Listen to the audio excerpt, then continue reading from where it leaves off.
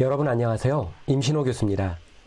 오늘 아젠바이블 네 번째 시간으로 여러분과 함께합니다. 지난 시간 예고했듯이 오늘은 노아 방주 이야기에 대해서 방주에 들어간 그러한 짐승들의 숫자가 다르다라는 그러한 내용에 대해서 한번 성경을 중심으로 살펴보는 귀한 시간 갖도록 하겠습니다. 자, 그럼 한번 시작해 볼까요?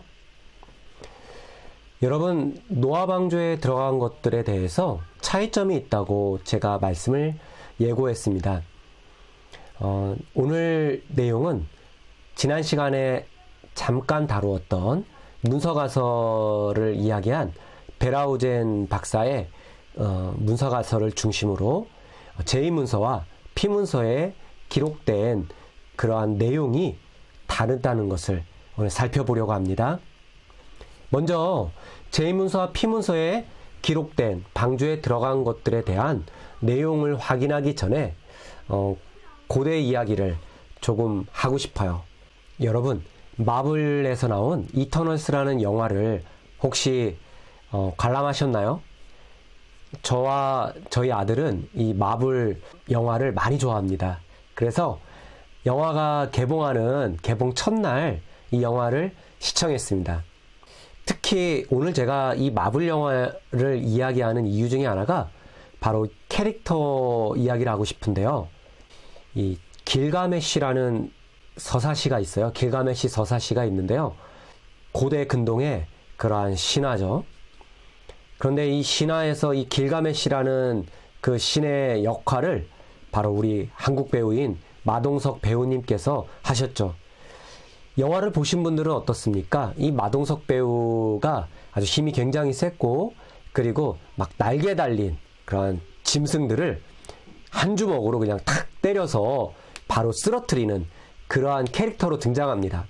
사실 길가메시 서사시에 대한 그러한 내용과 아주 유사하게 그렇게 영화를 재구성했던 것이죠. 화면에 보이는 화면 왼쪽에 왼쪽 상단에 이 길가메시 서사시 바로 이 사자 같은 짐승을 그냥 한 손으로 끌어안고 있고, 또 아래 보면 날개 달린 짐승을 이 길가메시가 때리는 장면들이 고대의 유물로 다 나와 있죠. 이 길가메시 서사시의 내용 중에 홍수 이야기가 나와요. 아트라시스 서사시나 또 수메르의 홍수 신화에서도 홍수 이야기가 참 많이 나와요. 창세기에 나오는 노아의 홍수 이야기와 길가메시 서사시의 11번째 서판은 아주 유사합니다. 유사점과 차이점에 대해서 제가 조금 나열을 했는데요. 창세기의 노아 홍수 이야기와 길가메시 서사시 11번째 서판의 유사점은 첫 번째, 홍수는 신이 인간의 마음을 좋지 않게 보았기 때문에 일어나게 되었다라고 이야기해요. 그리고 두 번째는 신은 홍수로부터 한 가족을 구원하게 됐고, 또한 배 규모, 구체적인 언급, 역청을 사용해서 배의 방수 처리를 했다라는 이러한 내용도 유사하고요. 네 번째, 홍수에 방주가 산 위에 머물렀다라는 내용도 유사합니다. 다섯 번째, 새들을 날려보내서 물이 빠지는 것을 확인하는 것 또한 이 두 이야기가 아주 유사합니다. 또한 마지막 여섯 번째에는 방주에서 나온 다음에 신들에게 제사를 지내고 신은 그 제사의 향기를 흠양했다라는 부분들이 아주 유사하죠. 그렇다고 다 유사하지만은 또 않습니다. 이 창세기를 기록한 그러한 성경 저자들은 우리 하나님은 다르셔라는 좀 차이점에 대해서 또 부각을 시키는 것들이 있는데요. 두 이야기가 어떠한 차이점이 있을까요? 창세기는 유일신을 반영해요. 오직 하나님이죠. 근데 길가메시 서사시에서는 다실론을 반영하고 있어요. 두 번째 차이점은 창세기는 하나님을 폭풍을 제어하시죠. 비바람도 제어하고 이러한 자연현상을 제어하는 그러한 신으로 우리 성경은 기록하고 있죠. 하지만 길가메시 서사시에서 나오는 등장하는 신들은 그렇지 못해요. 이러한 것들을 제어하지 못하는 조금 능력의 한계성을 보여주고 있죠. 세 번째, 창세기에서는 40일간 비가 왔다라고 이야기하고요. 길가메시 서사시에서는 7일간 비가 왔다라는 차이점을 볼 수가 있어요. 창세기에서 머물렀던 산은, 방주가 머물렀던 산은 아라랏산이고요. 또 길가메시에선 니시르 산이라고 이야기합니다. 창세기에서는 홍수 노아와 하나님께서 이 계약을 맺었어요. 길가메시에서는 우트나 피시팀이 불멸을 얻게 되죠. 이러한 차이점을 볼 수가 있답니다. 벨하우젠의 문서 가설을 중심으로 그럼 본문으로 한번 들어가서 이제 본문 구절구절에 어떠한 차이점이 있는지, 조금 전까지는 고대 근동의 신화의 내용들과 유사점 또 차이점에 대해서 제가 이 노아 방주 이야기를 했다면, 본문으로 들어가 본문에 서로 다른 내용들을 한번 구체적으로 살펴보겠습니다. 방주에 들어간 동물들의 숫자는 어떤가라는 거죠. 제2문서와 P문서를 비교해 볼 때 제2문서, 다윗, 솔로몬 시대 때 그러한 기록되었던 문서라고 이야기를 하는데요. 창세기 7장 2절 3절이 이 문서의 이제 구분에 들어간다고 합니다. 정결한 것은 암수 7씩이라고 표현을 해요. 부정한 것은 암수 2씩이죠.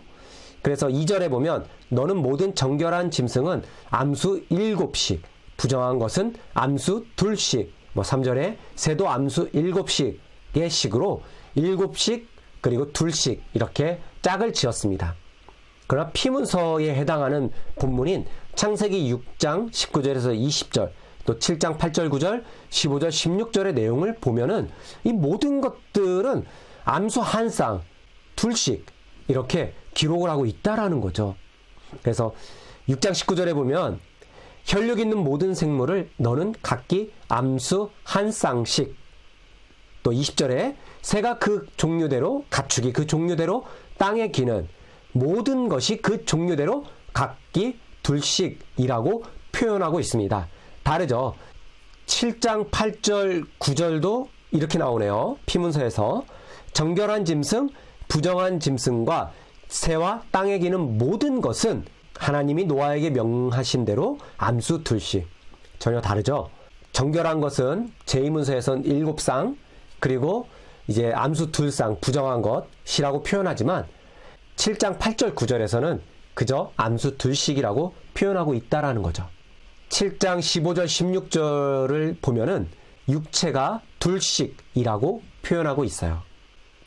7쌍, 또 2쌍, 또 1쌍. 이러한 식으로 제2문서, P문서는 아주 다르게 표현하고 있는 점을 우리가 지금 확인했습니다. 방주에 들어간 시기에 대해서 한번 살펴볼까요? 방주에 들어간 시기, 제2문서 같은 경우는 7장 1절에서 11절 이 구간에 뭐라고 이야기하냐면, 우리 빨간색 글씨를 보면 방주로 들어갔으며 7일 후 홍수가 땅에 덮이니, 네, 홍수 시작 7일 전에 방주에 들어가게 됩니다. 하지만 P문서는 어떻죠? 40주야를 비가 땅에 쏟아졌더라. 곧 그날에, P문서 같은 경우는 홍수 당일에 노아의 가족들이 들어가게 됩니다. 전혀 다르죠. 제2문서는 홍수 시작 7일 전이고 P문서는 들어간 시기가 비 오는 당일이었다라는 거예요. 그럼 우리 홍수의 원인을 한번 볼까요? 성경은 제2문서, P문서가 홍수의 원인에 대해서도 다른 점을 보여주고 있어요. 홍수의 원인에 대해서 제2문서에서는 밤낮으로 비가 내리게 됐다는 거예요. 홍수가 이 많은 원인이 밤낮으로 주야 내렸다라는 것이죠. P문서의 경우는 조금 달라요. 땅속의 깊은 샘들과 하늘의 홍수 문들이 열렸다라고 해요. 그러니까 땅에 샘이 터지고 또 하늘의 창문들이 열려서 비가 쏟아졌다라고 이야기를 하고 있어요. 홍수의 총 기간을 한번 살펴볼까요? 제2문서 같은 경우는 87일 또는 이 마지막 비둘기가 돌아오지 않는 기간까지를 친다면 한 94일까지로 이 홍수의 총 기간을 볼 수가 있어요. 하지만 피문서의 경우는 노아가 600세 2달 17일에 시작이 돼서 이 끝난 게 601세 2달 27일이에요. 즉 1년 11일이죠. 우리가 지금까지 제2문서와 피문서에 대해서 살펴봤습니다. 방주에 들어간 동물의 숫자, 시기, 또 원인, 이러한 많은 부분들이 다른 점을 우리는 성경 구조를 보면서 확인했었죠. 그동안에 이 성경 공부를 하는 데 있어서 참 많이 어려운 점의 하나가 바로 우리가 그동안 배워왔던 이 성서무호설, 성경은 1.1획 틀린 것이 없다라는 이 말씀에 대해서 성경 공부를 하는 데 있어서 그대로 적용시켜서 성경에 대한 정확하고 명확한 해석에 많이 어긋나는 해석들이 나오는 게 사실입니다. 저 역시 신학생 때, 또 학부나 신대원 때 성경 공부를 참 많이 했고요. 그리고 또 동기들과 후배들에게 이 성경 공부를 참 많이 가르쳐 줬습니다. 그때마다 많은 어려움에 부닥쳤던 것이 바로 이 노아 방주 이야기에서의 내용들이에요. 다르거든요. 어떨 때는 7쌍, 2쌍, 또 어떨 때는 한 쌍이라고 하고, 뭐가 맞는 거지? 또 방주의 기간이 87일, 94일? 아니면 1년 1개월? 11일? 기간이 달라요. 그래가지고 이 모든 것들에 대한 답을 얻으려고 하나로 그냥 다 조합을 한다라는 거죠. 다 더하는 거예요.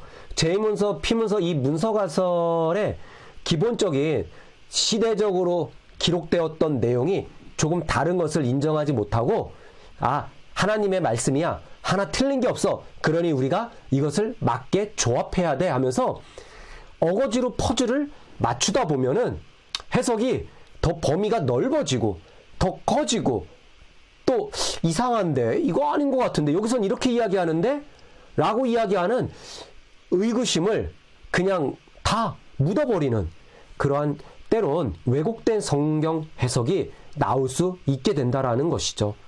그리고 지금도 아마 그렇게 성경을 해석하는 분들이 많이 있다라는 점, 굉장히 안타까운 것이죠. 이미 꽤 오래 전에 이러한 문서가설, 사실 지금은 문서가설의 해석보다 많은 부분들이, 해석법이 점점 업그레이드되고 발전이 되고 성경을 더 깊게 역사를 중심으로, 또 문학 중심으로 사회 문화적 관점에서 다양한 각도로 성서 본문이 오늘 우리에게 전해주는 하나님의 메시지를 잘 찾고 있습니다.